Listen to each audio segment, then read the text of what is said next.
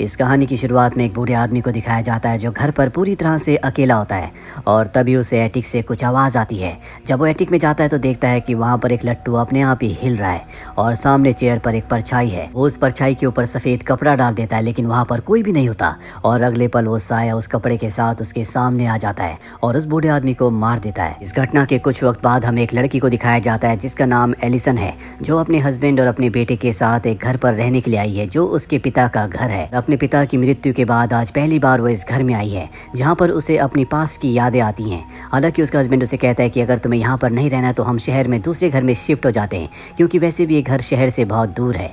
पर एलिसन अब यहीं पर रहना चाहती है। रात को जब वो सो रही होती है तभी उसका पूरा का पूरा शरीर पैरालाइज हो जाता है। दरअसल ये बचपन की उसकी एक बीमारी है जिसमें सोते वक्त उसका शरीर तो सो जाता है पर उसका दिमाग उठा रहता है। और आज एक बार फिर से उसके साथ ऐसा ही होता है। जब भी वो स्टेट में जाती है तो उसे अपने सामने एक औरत दिखती है जिसके बारे में वो कुछ नहीं जानती कि वो कौन है। हालांकि बचपन में उसने कई बार अपने पिता को ये बात बताई थी लेकिन उसके पिता ने हमेशा उसे एक ही बात कही थी कि ये उसका वहम है। अगली सुबह एलिसन टीवी में देखती है कि एक पैरानॉर्मल एक्टिविटीज़ करने वाला आदमी सबको बताता है कि उसने एक आत्मा से बात की। इसकी मदद से उसने केस को सॉल्व किया और अब एलिसन मनी तय कर लेती है कि वो भी अपने बारे में उससे डिस्कस करेगी। अपने हस्बैंड के ऑफिस जाने के बाद जब वो घर की सफाई कर रही होती है तभी किताबों के बीच से एक फ़ोटो गिरती है। इसमें एक ग्रूम और ब्राइड होती है। वो उस फोटो पर ज़्यादा ध्यान नहीं देती और एक बार फिर से घर की सफाई करने लगती है। अभी उसे ऊपर के वॉशरूम से आवाज़ आती है और जब वो ऊपर जाती है तो देखती है कि वॉशरूम का जो वॉश बेसिन का टैब है वो ऑन है, उसमें पानी भर गया है।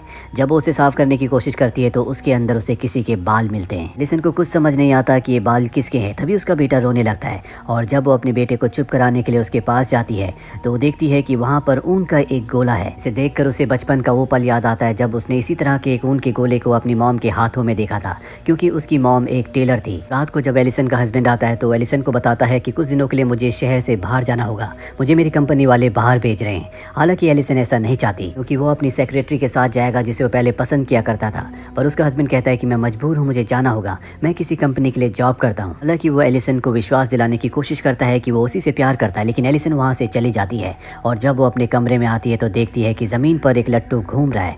उस लट्टू को देखकर उसे अपने बचपन की याद आती है। बचपन में भी उसने इस लट्टू को इसी तरह से घूमते हुए देखा था और जब वो उस लट्टू का पीछा करते हुए नीचे गई तो उसकी मॉम ने उसे वहाँ बंद कर दिया। सुबह उसके डैड ने उसे वहाँ से बाहर निकाला जहाँ पर एलिसन की हालत बहुत ज़्यादा ख़राब थी और इसी पल के बाद एलिसन के पिता ने तय किया था कि वो एलिसन को दूसरी फैमिली को दे देंगे जहाँ पर उसकी अच्छी परवरिश हो सके, क्योंकि वो अपने घर पर सेफ नहीं थी। घर से जाने से पहले एलिसन ने अपने घर में एक प्रीस्ट को देखा था और उस वक्त वो इस घर को छोड़कर चली गई थी और आज कई सालों के बाद वो वापस इस घर में आई है। अगली सुबह एलिसन का हस्बैंड उसे समझाता है कि उसे ट्रिप पर जाना ही होगा।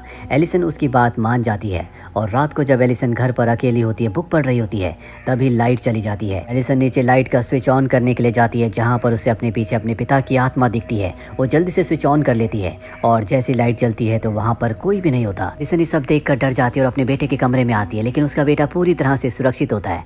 इसके बाद एलिसन सो जाती है और आज रात एक बार फिर से वो स्लीप पैरालाइज में चली जाती है और तभी वहाँ पर जो वॉकी टॉकी होता है उसमें किसी औरत की आवाज़ आती है जो एलिसन से कहती है कि वो उसके बेटे को अपने साथ ले जाएगी। ये सुनकर एलिसन पूरी तरह से डर जाती है और इसके बाद वो अपने हस्बैंड को कॉल करती है। उसका हस्बैंड कहता है कि ये सिर्फ तुम्हारा वहम होगा।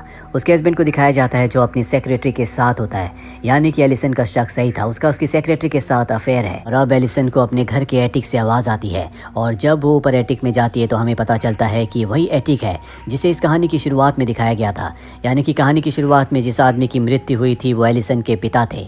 एलिसन यहाँ पर जाती है जहाँ पर उसे एक वीडियो टेप मिलता है और जब वो उस टेप को प्ले करती है तो देखती है उसमें उसके बचपन की मेमोरीज होती है जो उसके मॉम डैड के साथ होती हैं, लेकिन साथ ही यहाँ पर उसकी मॉम के कुछ अजीब से क्लिप्स होते हैं जहाँ उसकी मॉम अपने बाल काट कर वॉश बेसिन में डाल रही होती है। साथ ही यहाँ पर एक प्रीस्ट भी होता है।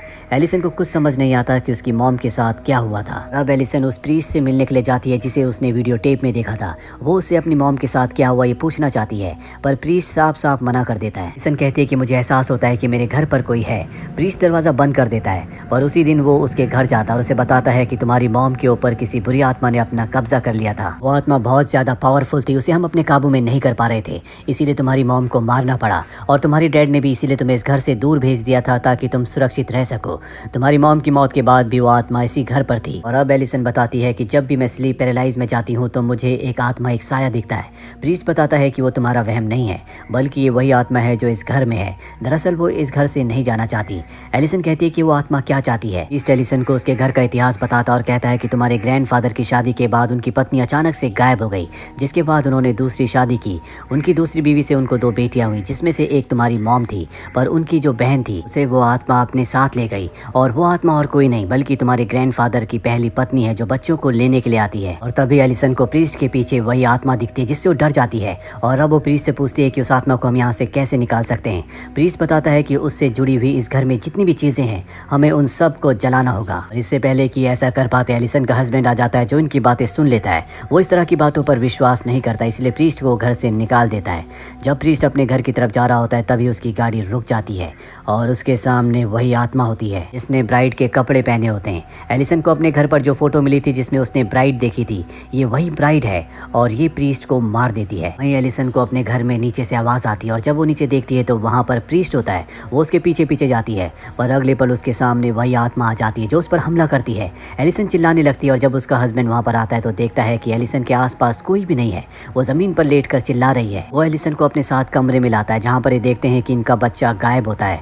जिसके बाद एलिसन का हस्बैंड पुलिस को बुलाता है, लेकिन एलिसन जानती है कि उसके बच्चे को वो आत्मा ले गई है और अगर उसे अपने बच्चे को वापस हासिल करना है तो उसे पुलिस की नहीं बल्कि किसी ऐसे इंसान की ज़रूरत है जिसे पैरानॉर्मल एक्टिविटीज़ आती हो। इसीलिए वो उस आदमी को बुलाती है जिसे उसने कहानी की शुरुआत में एक वीडियो में देखा था, जिसने एक आत्मा से बात करके एक केस को सॉल्व किया था। इसका नाम जॉन होता है। जॉन इन्हें एक क्रिस्टल बॉल दिखाता और बताता है कि जब भी हमारे आसपास कोई आत्मा होती है तो इस क्रिस्टल बॉल का रंग बदल जाता है। इसके बाद ये घर की चीज़ों को देखता है और इन्हें कंफर्म करता है कि सच में तुम्हारे बच्चे को एक आत्मा अपने साथ ले गई है और अगर तुम अपने बच्चे को वापस पाना चाहती हो तो तुम्हें उस दुनिया में जाना होगा जहाँ पर आत्माएं रहती है। एलिसन अपने बच्चे को पाने के लिए उस दुनिया में जाने के लिए तैयार हो जाती है और रात को ये दोनों के दोनों मोमबत्तियों के आसपास बैठकर कुछ मंत्र पढ़ते हैं।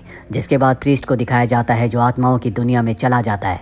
वहाँ पर वो उस आत्मा को भी देखता है जिसके पास एलिसन का बच्चा होता है। जॉन उस आत्मा से कहता है कि एलिसन का बच्चा उसे वापस लौटा दो, लेकिन अचानक से वो गायब हो जाती है और पीछे डीमन का निशान होता है।